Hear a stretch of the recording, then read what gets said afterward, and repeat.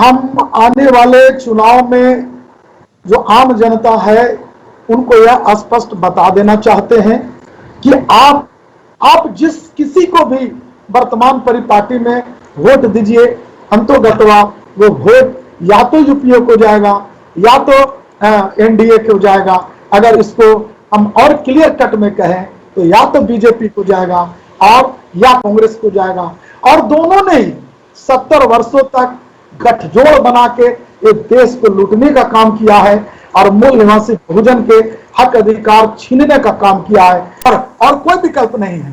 आप किसी भी दल को वोट देंगे तो अंतोगत्वा हमारे दुश्मन कांग्रेस और बीजेपी को ही वोट मिलेगा और वो फिर डायरेक्ट इनडायरेक्ट हमारे हक अधिकार जो थोड़े बहुत बचे हुए हैं उसको भी छीन लेने का काम करेंगे।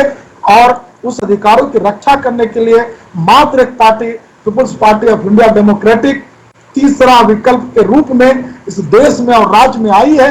उसको आप इस चुनाव में मदद कीजिए, अपना वोट दीजिए और निश्चित तौर पर हम सरकार बनाएंगे और हितों को रक्षा करेंगे।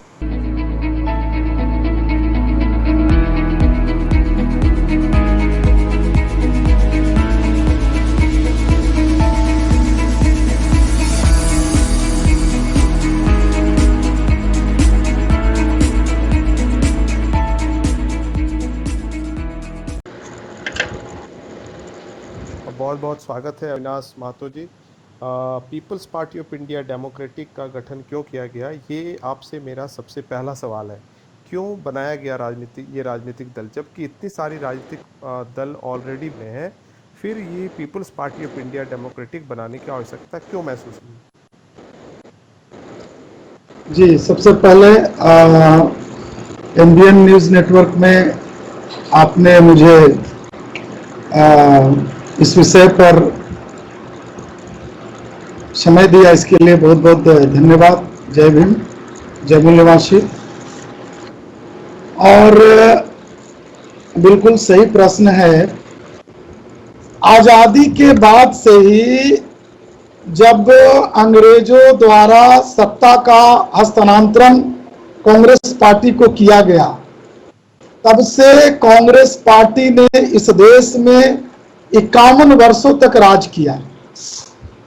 जब कुछ दिनों की उनकी सत्ता रही और ऐसा उनको लगने लगा कि आने वाले समय में जो 90% मूल निवासी बहुजनों की आबादी है इस देश का, जो असली सत्ता और नेतृत्व हकदार हैं, वो देर सवेर शिक्षित होंगे, सामाजिक रूप से मजबूत होंगे और राजनीतिक रूप से मजबूत होंगे, तो हमारी सत्ता दूसरे स्तर का राजनीति उन्होंने स्थापित किया बीजेपी के नाम पर, आरएसएस के नाम पर।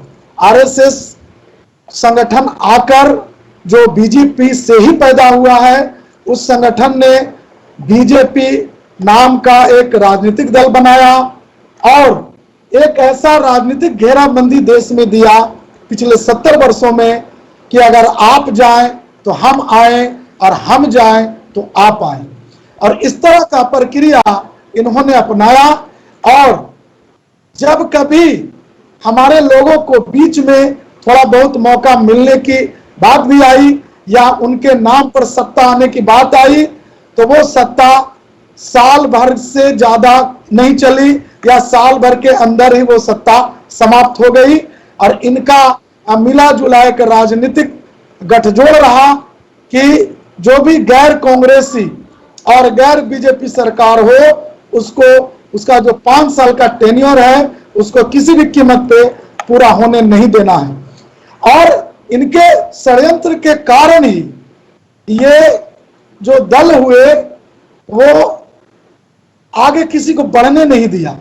लेकिन 1990 के बाद क्षेत्रीय दलों का आगमन होता है, जनता दल की सरकार बनती है और जेपी का आंदोलन होता है।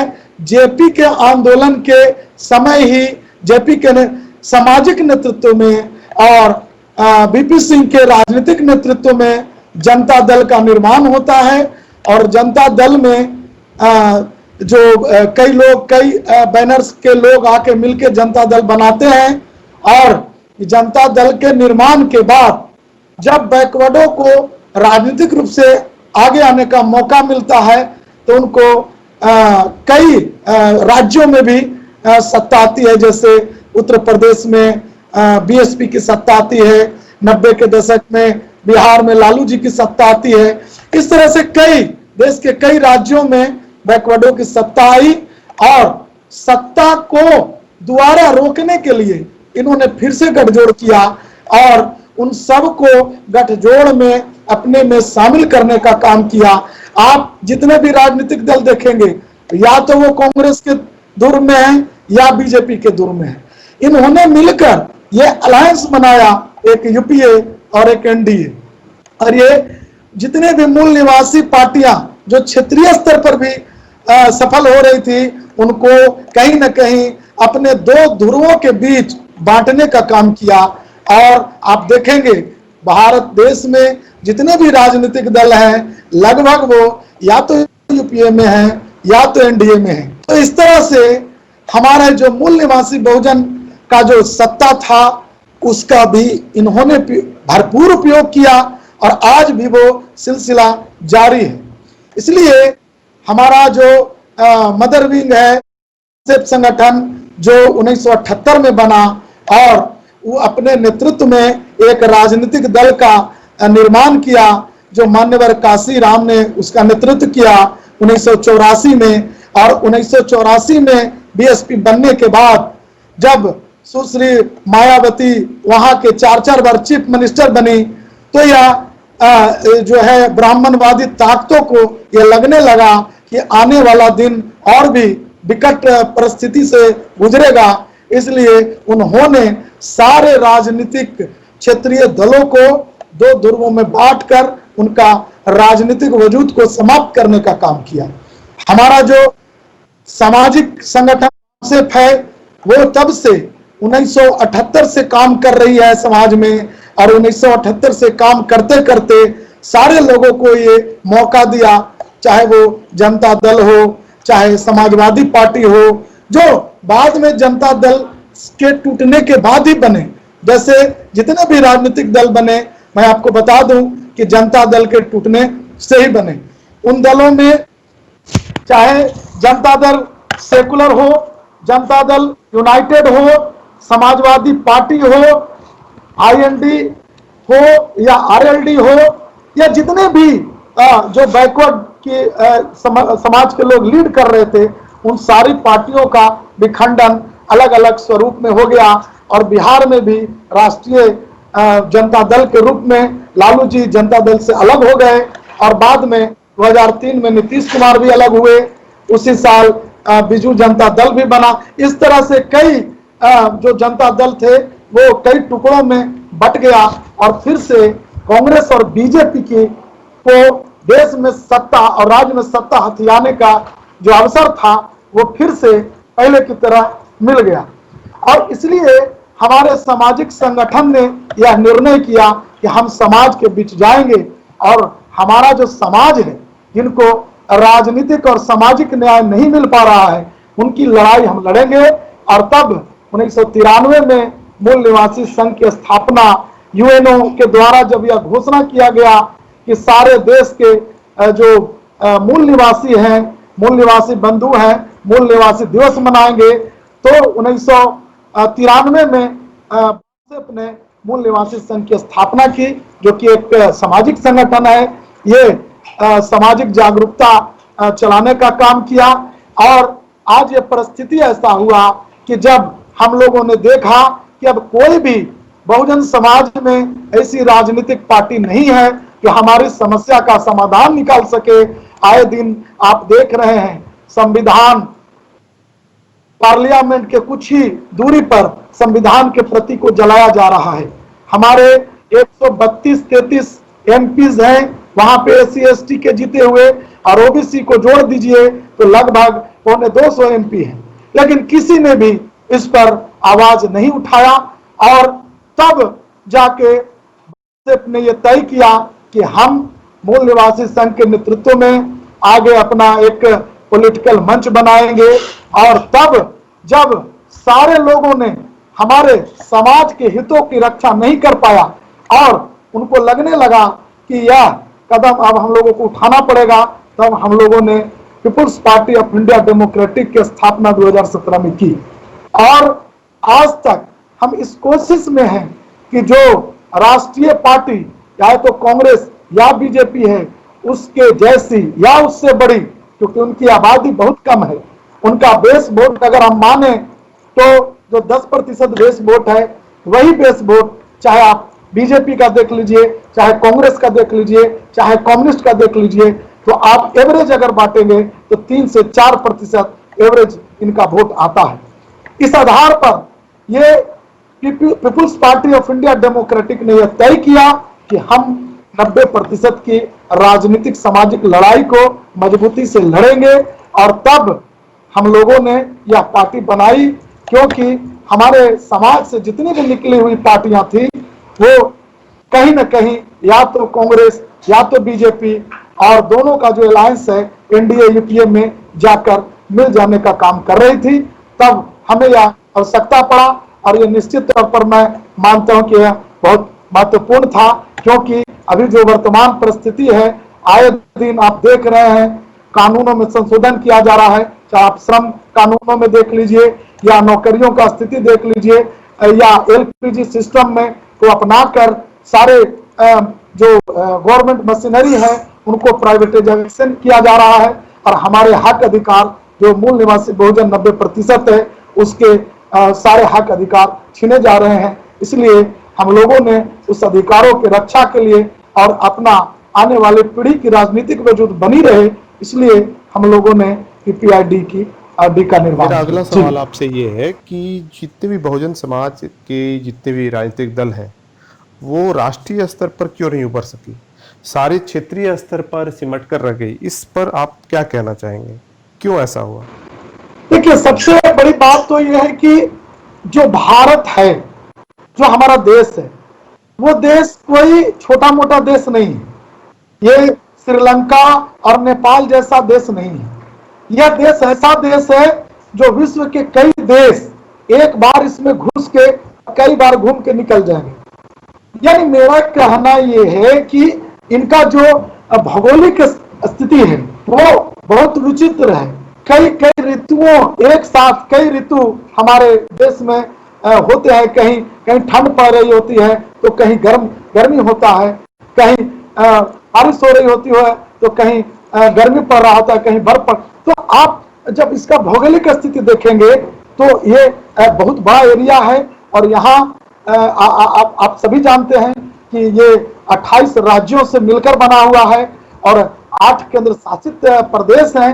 इसलिए ये पूरे देश में जब तक आप राजनीतिक जो भी मूवमेंट चलाएंगे वो राष्ट्रीय स्तर पर सभी राज्यों में एक साथ नहीं चलाएंगे तो आप राष्ट्रीय लेवल पर काम नहीं कर सकते हैं, क्योंकि इसका एरिया बहुत बड़ा है। इस एरिया में मूवमेंट चलाने के लिए, चाहे वो सोशल मूवमेंट हो या पॉलिटिकल मूवमेंट हो, उसके लिए आपको एक बड़ा लकीर खींचना पड़ेगा, एक बड़े संगठन और बड़े विचारधारा की आवश्यकता पड़ेगी। और वो विचारधारा कहीं ना कहीं मूल निवासी संघ और वामसेप और राजनीतिक रूप से People's Party of India Democratic ने उसको राष्ट्रीय मंच पर डेवलप करने का कोशिश किया, और उस मंच के माध्यम से हमारे जो देश में कार्यक्रम चल रहे हैं, एक ही समय में एक ही कार्यक्रम हम पूरे देश में करते हैं, चाहे वो बिहार में हो, चाहे वो उत्तराखंड में हो, चाहे वो जम्मू कश्मीर में हो, या देश के विभिन्न कोनों में हम एक साथ एक ही एजेंडे पे पूरे देश के विभिन्न क्षेत्रों में बात करते हैं। ये तब जरूरी होता है क्योंकि जब आप एक बड़ा बैनर बनाते हैं, राष्ट्रीय लेवल का बैनर बनाते हैं, तभी आप ये काम कर सकते हैं। नहीं तो क्षेत्रीय लेवल पर हमारे मूल निवासी बहुजन की पार्टियां सत्तासीन हैं, लेकिन आप देख रहे हैं उनका कोई राजनीतिक वजूद नहीं है, उनके पास कोई संगठन नहीं है, उनके पास मीडिया हाउस नहीं है, उनका सुनने वाला कोई नहीं है, अपनी बात रखने वाला नहीं है, उनका ना कोई न्यूज पत्रिका है, ना ही उनका कोई और भी कोई जो आजकल सोशल मीडिया का चैनल है, ये कुछ नहीं है। और वो कहीं ना कहीं परिवारवाद पे जाके खत्म हो जाती है, सुप्रीमोवाद पे जाके खत्म हो जाती है। अब जितनी भी पार्टियां हैं, चाहे आप बिहार में देख लीजिए, झारखंड में देख लीजिए या दूसरे प्रदेशों में देख लीजिए, आप देखेंगे कि बाप ने बेटे को लॉन्च किया, बेटे ने अपने परिवार को लॉन्च किया, या परिवार में जितने भी लोग हैं वो सब मिलकर उस राजनीतिक दल को चलाने का काम कर रहे हैं और घोर परिवारवाद में, घोर सुप्रीमोवाद में, व्यक्तिवाद में वो लीन है। इसलिए आम जनमानस का, जो हमारा मूल निवासी समाज का युवा है, किसान है, और जो जिसका समस्या है निचले स्तर पर, वो उनसे नहीं जुड़ पा रहा है। ये भी एक बड़ी समस्या रही है। जी अविनाश जी, जहां सरकार जो है एक तरफ निजीकरण कर रही है और बहुत सारे रोजगार घटा रही है और बेरोजगारी का दर बढ़ रहा है, तो आप की जो पार्टी है, राजनीतिक दल है People's Party of India Democratic, ये इस समस्या को कैसे समाधान करेगी, इस पर आप प्रकाश डालें। देखिए, मैं यहाँ पे आपको बताना चाहता हूं कि बाबा साहब ने अपने संघर्षों को और हमारे पूर्वजों के संघर्षों को संविधान में बहुत बढ़िया से पिरोया, और संविधान में सारी चीजें आप देखेंगे कि डाली हुई है। लेकिन हमारा जो दुश्मन है, जो हमारा 10% वाले लोग हैं, उनको यह लगता है कि अगर भारत का जो संविधान है वो लागू हो गया तो हम जो अल्पजन सत्ता में 70 वर्षों से बने हैं वो सत्ता चली जाएगी। इसलिए हमारे संविधान को वो लागू करने से कतराते हैं, और कतराते ही नहीं हैं बल्कि संविधान में लिखित जितने भी चीजों हैं उसको समाप्त करने का काम कर रहे हैं, उसको एक एक करके खत्म करने का काम कर रहे हैं। तो मैं आपको बताना चाहता हूं कि बाबा साहब ने जो हमें संविधान दिया, जिसमें राज्य के जो आवश्यक नीति निर्देशक तत्व दिए हैं, जिसमें सारे चीजों का वर्णन है, चाहे वो हमारे राज्य का लोक कल्याणकारी योजनाएं हैं, या जो 5 बरस से 14 बरस के बच्चों को फ्री एजुकेशन का मामला हो, किसानों का कल्याण के लिए मामला हो, युवाओं का मामला हो, या सिविल कोर्ट में एक समान सारे को न्याय मिले उसका मामला हो। आप देखेंगे कि सारे चीज हमारे संविधान में डली हुई है। इसलिए बहुत हमको कुछ करने की आवश्यकता नहीं है। हमारी पार्टी अगर सत्ता में आती है तो निश्चित तौर पर जो संविधान है उसको हम लागू करने का काम करेंगे, और संविधान इतना बढ़िया है भारत का कि अगर उसको लागू कर दिया जाए तो समाज का कोई भी वर्ग, देश का कोई भी समस्या नहीं छूटेगा। इसलिए People's Party of India Democratic निश्चित तौर पर जो हमारा पूर्वजों का जो बताया हुआ मार्ग है और हमारे पूर्वजों का जो लिखा हुआ संविधान है उसको लागू करेगी, और निश्चित तौर पर पूरा देश और राज्य का समस्या एक साथ समाधान हो जाएगा। यही हम करने वाले हैं। हमारे लोग इतने षड्यंत्रों के बाद वो राजनीतिक रूप से जितना बढ़ना चाहिए उतना नहीं बढ़े, शैक्षणिक रूप से जितना उनका विकास होना चाहिए नहीं हुआ। लेकिन निश्चित तौर पर मैं कह रहा हूं कि जो बाबा साहब ने संविधान दिया उसका मात्र कुछ प्रतिशत लागू होने ही मात्र से हमारे मूल निवासी बहुजनों में एक अजीब सी शैक्षणिक और राजनीतिक क्रांति हुई, और ये जो क्रांति का जो संख्या था, जो प्रतिशत था, बहुत ही कम था। लेकिन हमारे दुश्मन को ये नागवार गुजरा, इनको ये लगने लगा कि अगर ये सिलसिला चला तो एक समय ऐसा आएगा कि 90% वाले लोग ज्यादा पढ़ लिख जाएंगे, ज्यादा नौकरियों में आ जाएंगे और सत्तासीन हो जाएंगे आने वाले समय में। तो ये उसकी तैयारी कर रहे हैं ताकि आपके हक अधिकार जहां से भी आपको मजबूती मिल रही है, जहां से भी आप मजबूत हो रहे हैं, जहां से भी 90% की आबादी लाभान्वित हो रही है, उन सारे योजनाओं को ये बंद करके आपको बिल्कुल बेकार और निकम्मा बनाना चाहते हैं। आपको ऐसा करना चाहते हैं कि आप जिंदा रहने को ही विकास समझिए, और ये करने में अभी 2020 तक ये सफल हैं, और निश्चित तौर पर People's Party of India Democratic ऐसा होने नहीं देंगे। हम राजनीतिक वजूद की लड़ाई लड़ेंगे और मजबूती से संविधान की रक्षा करेंगे, देश की रक्षा करेंगे और मूल निवासी बहुजन समाज के हितों की रक्षा करेंगे। इसलिए हम लोगों ने यह People's Party of India Democratic की स्थापना भी की है। तो इसलिए ये जो षड्यंत्र है, ये षड्यंत्र हम पर्दाफाश करेंगे और ये षड्यंत्र अचानक नहीं है। बहुत ही इनका जो रिसर्च का जो रिसर्च करते हैं ये लोग, और इनका एक बहुत बड़ा संगठन काम कर रहा है इसके पीछे। इसके जो पीछे षड्यंत्र चल रहा है, उस षड्यंत्र को हम निश्चित तौर पर विफल करेंगे, हम इसमें सफल होंगे। जी अविनाश जी, बिहार में चुनाव होने वाला है, इसको लेके आपकी पार्टियां क्या क्या तैयारियां कर रही हैं? क्या एजेंडा लेके, किन बातों को लेकर आप समाज में जाने वाले हैं? देखिए, हम आने वाले चुनाव में जो आम जनता है उनको यह स्पष्ट बता देना चाहते हैं कि आप जिस किसी को भी वर्तमान परिपाटी में वोट दीजिए, अंतोगत्वा वो वोट या तो यूपीए को जाएगा या तो एनडीए को जाएगा। अगर इसको हम और क्लियर कट में कहें तो या तो बीजेपी को जाएगा और या कांग्रेस को जाएगा।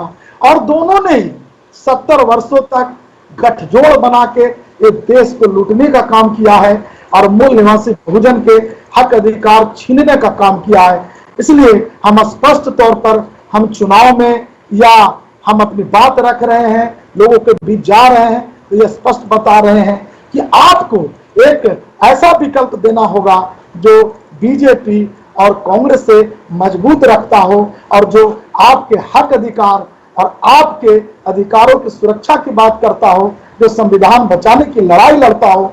वैसी राजनीतिक दल के रूप में हम अपनी परिचय दे रहे हैं और हम ये उनको बता रहे हैं कि ये मात्र एक विकल्प है जिसमें आप जाके अपने हक अधिकार की रक्षा कर सकते हैं और कोई विकल्प नहीं है। आप किसी भी दल को वोट देंगे तो अंतोगत्वा हमारे दुश्मन कांग्रेस और बीजेपी को ही वोट मिलेगा और वो फिर डायरेक्ट इनडायरेक्ट हमारे हक अधिकार जो थोड़े बहुत बचे हुए हैं उसको भी छीन लेने का काम करेंगे। और उस अधिकारों की रक्षा करने के लिए मात्र एक party, People's Party of India Democratic, तीसरा विकल्प के रूप में इस देश में और राज्य में आई है। उसको आप इस चुनाव में मदद कीजिए, अपना वोट दीजिए और निश्चित तौर पर हम सरकार बनाएंगे और देश को रक्षा करेंगे। हम अलायंस पॉलिटिक्स के समर्थक नहीं हैं, क्योंकि देश में जितने भी पार्टियां हैं वो या तो यूपीए है या तो एनडीए में है। लेकिन हम जो पॉलिटिक्स कर रहे हैं वो हमारा किसी के साथ अलायंस नहीं होगा। हम अगर 5 विधायक भी जिता पाए, 5 एमएलए भी, हमारा 1 एमएलए भी आएगा, 5 भी आएगा, 10 भी आएगा, हम सत्ता में आए तब भी हम अलायंस पॉलिटिक्स का समर्थन नहीं करेंगे। हम विपक्ष में बैठना स्वीकार करेंगे, लेकिन निश्चित तौर पर हम किसी के साथ गठजोड़ नहीं करेंगे। और यह स्पष्ट है कि जो पीपीआई जो चुनाव लड़ेगी वो बिहार के सभी सीटों पे 243 सीटों पे चुनाव लड़ेगी। और हमको वर्तमान समय में हमारे विचारधारा जो फुले अम्बेडकरी विचारधारा है उससे मिलता जुलता कोई राजनीतिक दल नहीं दिखता है। इसलिए हम 243 सीटों पे चुनाव लड़ेंगे, उसकी तैयारी में हम। बहुत बहुत धन्यवाद आपको। आपने एमबीएन न्यूज़ नेटवर्क से बात की और अपनी राजनीतिक दल People's Party of India Democratic की बहुत ही आधारभूत बातें आपने हमारे साथ शेयर की। हम फिर आपसे चर्चा परिचर्चा के लिए संपर्क करेंगे। धन्यवाद जी, आपको भी बहुत बहुत धन्यवाद। आपने एमबीएन न्यूज़ नेटवर्क पे मुझे समय दिया अपनी बात रखने के लिए। जय भीम, जय मूल निवासी, जय भारत, जय संविधान।